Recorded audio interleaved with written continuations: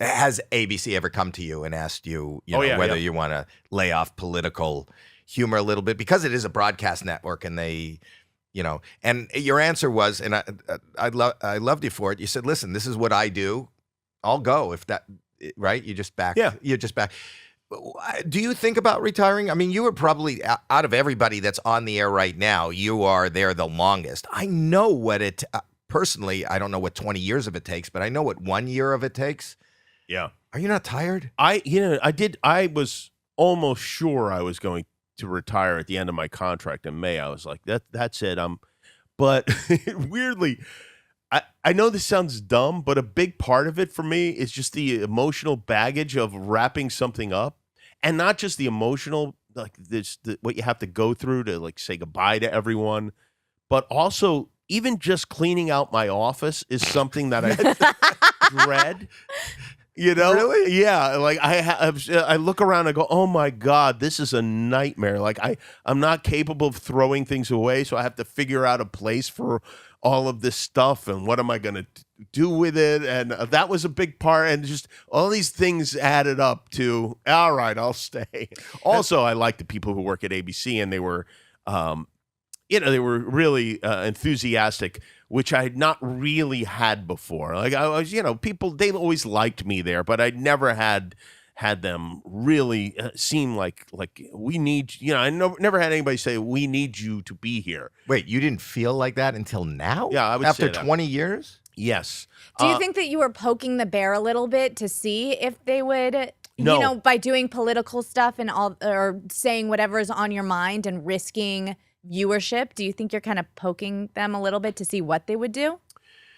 No, and I really, this is just I don't know. This is, I really think that when they were trying to buy Fox, they were worried that Trump was going to screw them up somehow. And I think that was part of why they were nervous about my comments, Mm-hmm. I don't think anybody was, certainly I don't think their political beliefs conflicted with mine, but yeah, if you want to do if you want to have a big audience, you want to keep you don't want to piss a lot of people off, and I was pissing a lot of people off.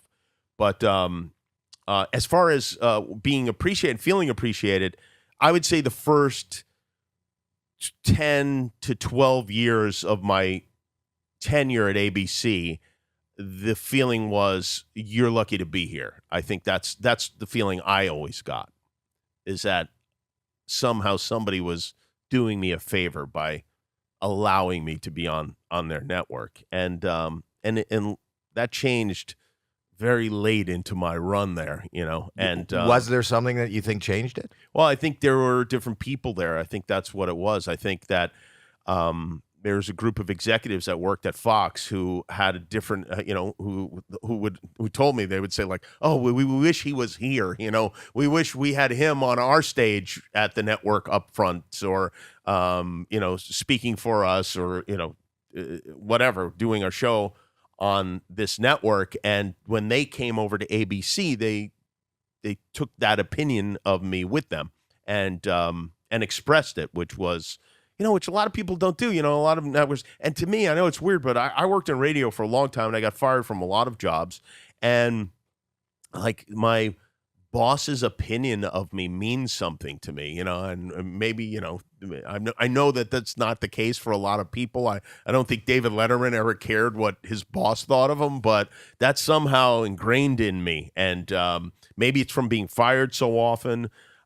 Maybe it's just my personality or whatever, but that is something in me. And to hear the people I work for say that they liked what I was doing and they valued me was important to me. That's kind of cool. But it's amazing to me and surprising that it's so late into the tenure. You know what I mean? Yeah. You work all these years. Listen, I'm in network TV now. You never feel, most people don't feel as appreciated as you think you would like to be.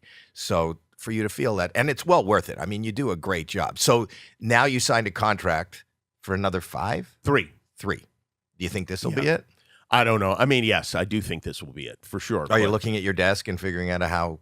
I mean, you're in a position. How to pack stuff. I'm hoping for a fire in my office. That would solve everything.